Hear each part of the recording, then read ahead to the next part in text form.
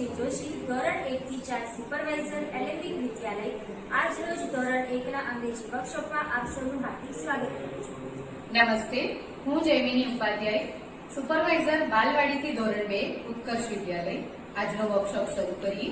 ત્રી વિષયના શૈક્ષણિક વર્કશોપમાં આપ સૌનું સ્વાગત કરું છું.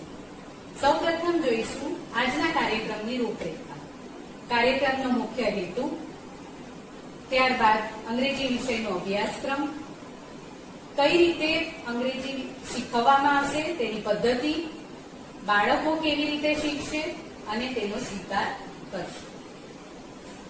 હવે જોઈએ હેતુઓ, કાર્યક્રમના મુખ્ય હેતુઓ. વાલી મિત્રો, બાળક અંગ્રેજી ભાષા શીખી જાય ત્યારબાદ બોલતા, લખતા, વાંચતા થાય ત્યારે તેના વ્યક્તિત્વ વિકાસમાં બદલાવ આવેલો જોવા મળે છે. બીજો હેતુ છે વર્તન. બાળકના વર્તનમાં પરિવર્તન થતા અમે જોઈ શકીએ છીએ.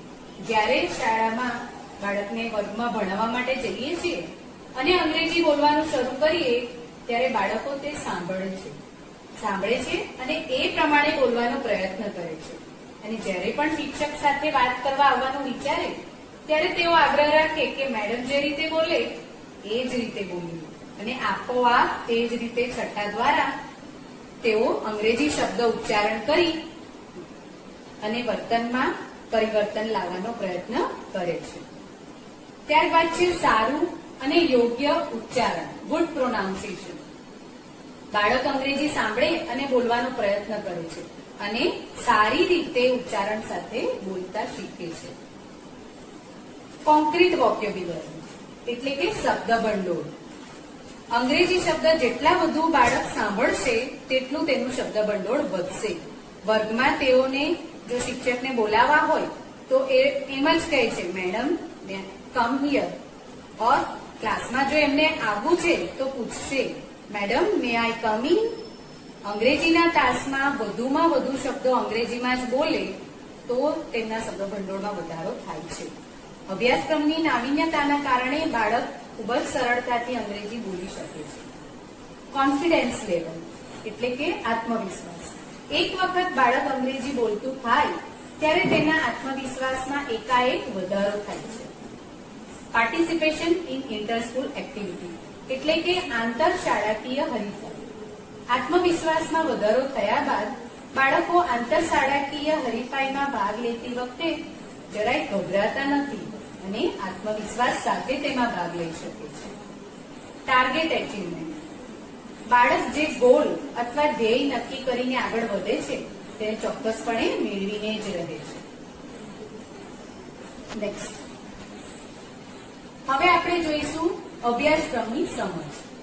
સૌપ્રથમ બાળક જે અભ્યાસક્રમ ભણી રહ્યો છે તેમાં ખૂબ જ વિવિધતા અને નાવીન્યતા રહેલી છે. હું આપને આ અભ્યાસક્રમથી પરિચિત કરું છું. અભ્યાસક્રમમાં વર્ષ દરમિયાન આ 5 મુદ્દા પર ધ્યાન આપવામાં આવે છે. અહીં જોઈ શકો છો, સૌથી પહેલો મુદ્દો છે લેટર એટલે કે A to Z, AA, BB, CC એ રીતે A to Z અમે શીખવીએ છીએ. સૌપ્રથમ કેપિટલ અને પછી સ્મોલ લેટર. ત્યારબાદ નેક્સ્ટ સ્ટેપ છે ફોનિક સાઉન્ડ એટલે કે ઉચ્ચાર ધ્વનિ. આ જે લેટર્સ છે એનું ઉચ્ચારણ કઈ રીતે કરવું. દાખલા તરીકે એ, બી, બ, સી, ક આ રીતે એમને ઉચ્ચારણ પણ શીખવવામાં આવે છે. ત્યારબાદ છે નંબર્સ એટલે કે અંક 1 to 20. ઇંગ્લિશમાં નંબર્સ 1 to 20.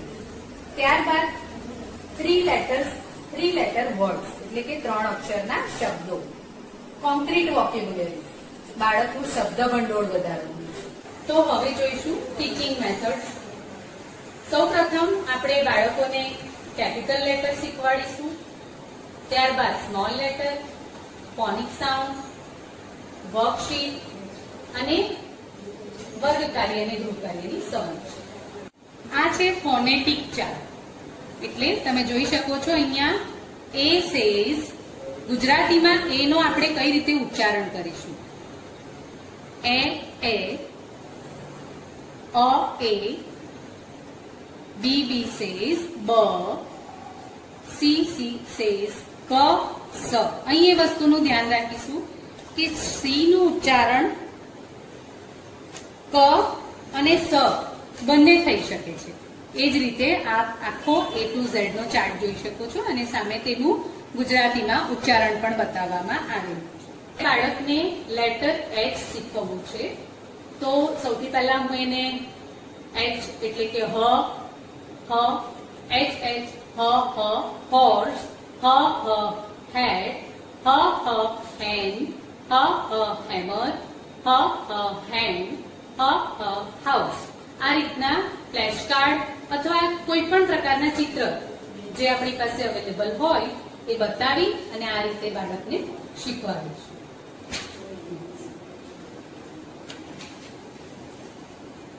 ત્યારબાદ ચિત્ર જોઈને બાળક લેટર લખતા શીખશે.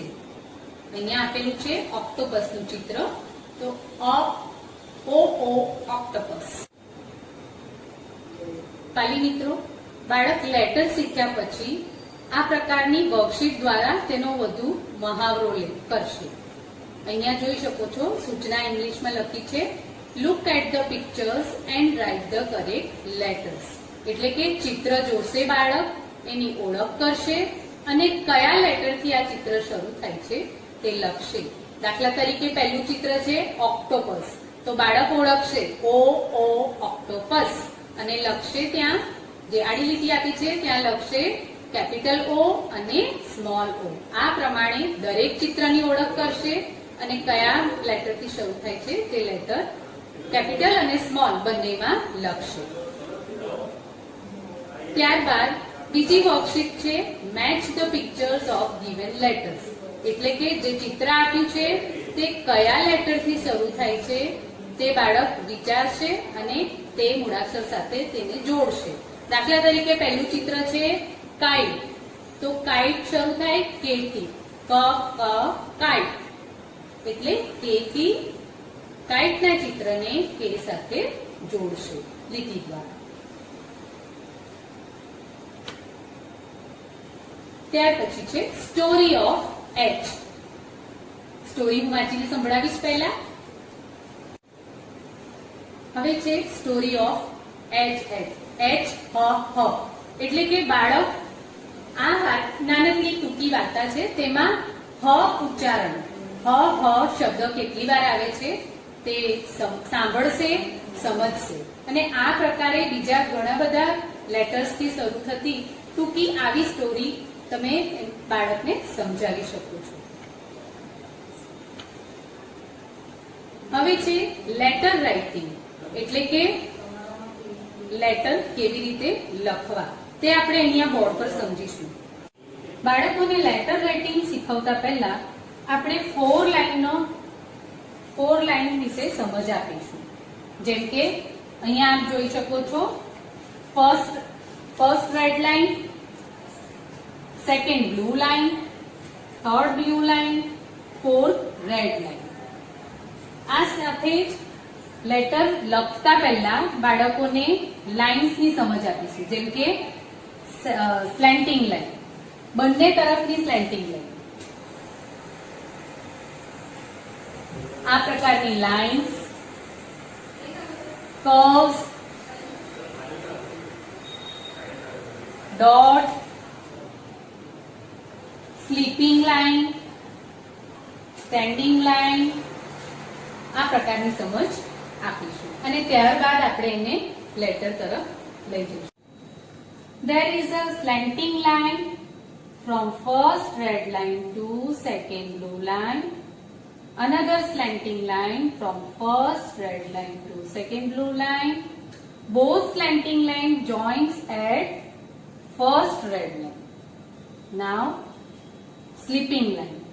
We will join both the slanting line with slipping line at first blue line. આ રીતે આપણે બાળકોને એ લેટર લખતા શીખવ્યું. લેટર શીખ્યા પછી હવે આપણે નંબર્સ શીખીશું. વાલી મિત્રો, હવે આપણે જોઈશું નંબર્સની સમજ. બાળકો A to Z લેટર્સ કેવી રીતે શીખે છે તેની સમજ આપણે જોઈ. નંબર્સ કેવી રીતે લખાય છે, નંબરને શીખવવા કેવી રીતે તે આપણે જોઈશું. સૌપ્રથમ નંબર શીખવવા માટે બાળકોને થોડું પ્રેક્ટિકલી બતાવવું પડે. જેમ કે how many pencils I have, મારી પાસે કેટલી પેન્સિલ્સ છે. તો બાળકો ગણશે અને જોશે કે હા મેડમ પાસે 2 પેન્સિલ છે. એવી રીતે આપણે તેમને પહેલા નંબર્સની સમજ આવી રીતે બોલાવીને કરીશું, ત્યારબાદ નંબર્સને લખાવીશું. નંબર્સ લખવા માટે આપણે શું કરી શકીએ, સૌપ્રથમ તેમને સ્ક્વેર લાઇનની સમજ આપવી પડે, જેમાં અહીંયા માર્જિન રાખવાનું છે તેની સમજ આપવાની. હર હંમેશ સૌથી પહેલાં શરૂઆત આપણે એક તારીખ લખીને કરીશું.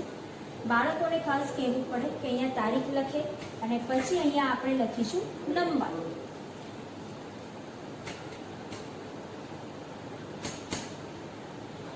નંબર 1. સ્ક્વેર લાઇનની નોટબુકમાં લખતી વખતે એ કાળજી રાખવાની કે દરેક નંબર હંમેશા બોટમ લાઇનને ટચ થઈને જ લખાવવો જોઈએ. આ રીતે આ એક ખાનામાં એક નંબર લખતા એની બાજુનું ખાનું, બાજુનું બોક્સ આપણે સ્કીપ કરીશું, તેને છોડી દઈશું. પછી લખીશું અહીંયા. એ રીતે આખી આ લાઈન પૂરી કરીશું. ત્યારબાદ એની નીચે પણ આ બોક્સ આપણે છોડી દેતા એની નીચેના બોક્સમાં લખીશું, આ બોક્સ છોડીને નીચેના બોક્સમાં લખીશું. આ રીતે આવ્યો આપણો નંબર 1. આ નંબર 1 લખીશું તો એના જમણી બાજુ નંબર 1 નું રાઇટિંગ આવશે અને ડાબા પેજ પર આવશે તેના રિલેટેડ કોઈ પણ એક ઓબ્જેક્ટ. જેમ કે મારે એક ફ્લાવર ડ્રો કરવું છે તો હું ત્યાં એક દોરી દઈશ ફ્લાવર. નંબરની સમજ મેળવ્યા બાદ હવે આપણે જોઈશું એની વર્કશીટ. અહીંયા આપણે હેડિંગ વાંચી રહ્યા છે કે colour the number and circle the object according to the number. Number 1 ની વર્કશીટ છે એટલે નંબર 1 અહીંયા આપણે જોઈ રહ્યા છો. એની સામે તમને જ્યાં નંબર એક અલગ ઓબ્જેક્ટ દેખાય છે ત્યાં બાળકે સર્કલ કરવાનું છે. જેમ કે ધીસ વન. અહીંયા એક લાઈનમાં ટાઇગર્સ આપેલા છે અને અહીંયા આપેલું છે માસ્ક. તો માસ્ક ઉપર આપણે સર્કલ કરીશું. અહીંયા આપેલા છે રેબિટ્સ, એની લાઈનમાં આપેલું છે એક ચોકર. તો ચોકર પર સર્કલ કરીશું. આ રીતે બાળકને દ્રઢીકરણ કરાવવામાં આવે છે. પછી બાળકોને મહાવરો આપવા માટે આપણે બીજી વર્કશીટ નંબરને જોઈ લઈએ. Join the numbers with the correct number of the objects. A side આપણે જોઈ રહ્યા છીએ ઘણા બધા ઓબ્જેક્ટ્સ અહીંયા દોરેલા છે અને બી સાઈડમાં આપેલું છે અહીંયા નંબર્સ. બાળક સૌપ્રથમ અહીંયા કાઉન્ટ કરશે 1 2 3 4 5 and 6. અહીંયા એમને ક્યાં નંબર 6 આપેલો છે તે શોધશે અને અહીંયા જોશે. એને જોઈને અહીંયા બાળક કરશે, એને આ રીતે જોઈન કરશે.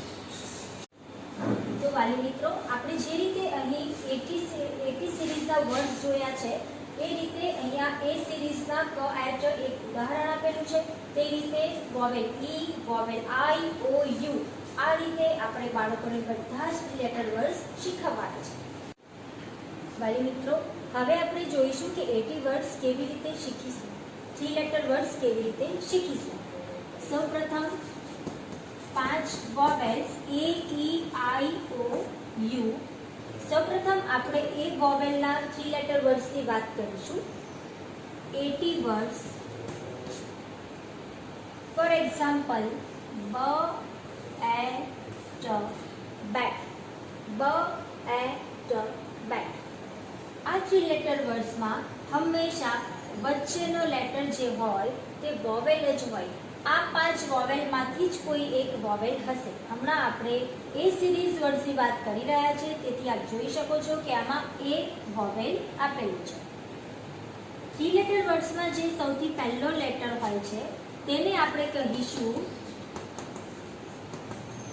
Beginning letter.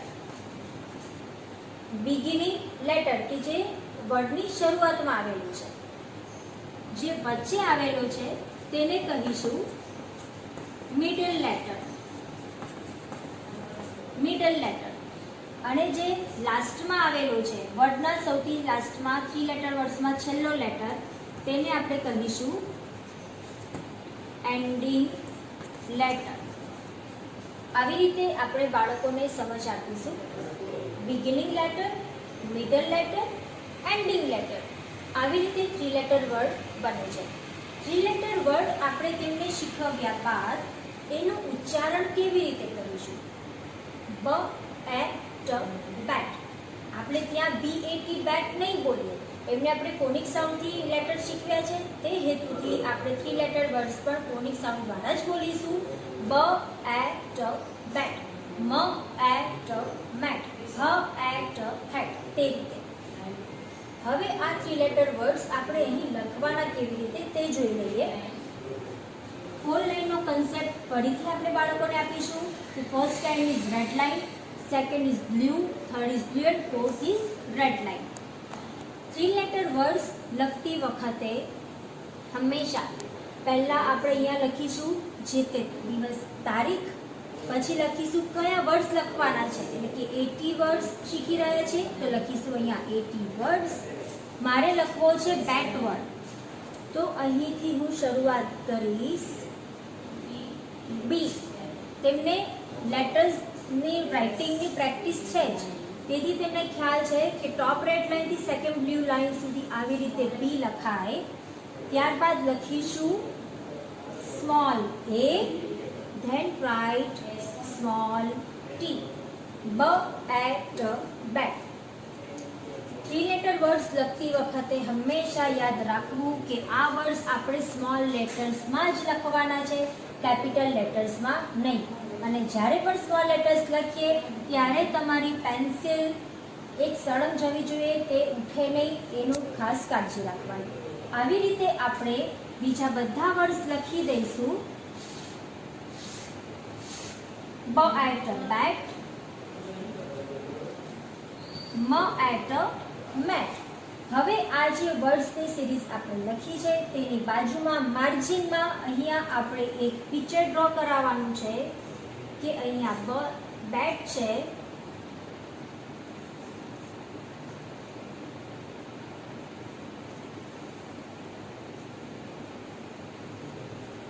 અહીંયા છે મ એટ મેટ.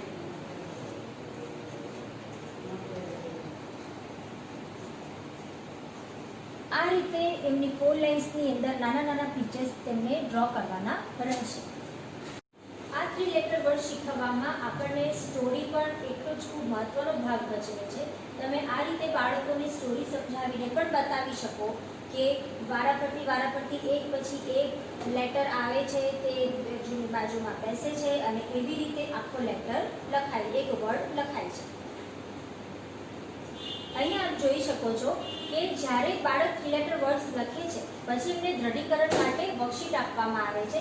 હવે બાળક સૌપ્રથમ વર્કશીટમાં કરશે રીડ.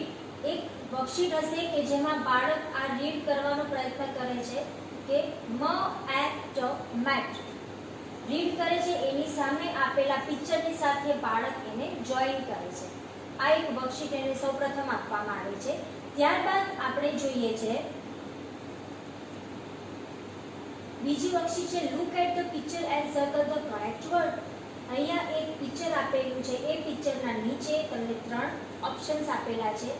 આ 3 ઓપ્શન બાળકોએ વાંચવાના છે અને એમાંથી ખરેખર સાચો કયો જવાબ છે તેની પર બાળકે સર્કલ કરવાનું છે. તો આપણે એક એક્ઝામ્પલ જોઈએ. સૌ પહેલું આપણે પિક્ચર જોઈ રહ્યા છે કે જે સાન્તા ક્લોઝના ખોળામાં એક બેબી છે.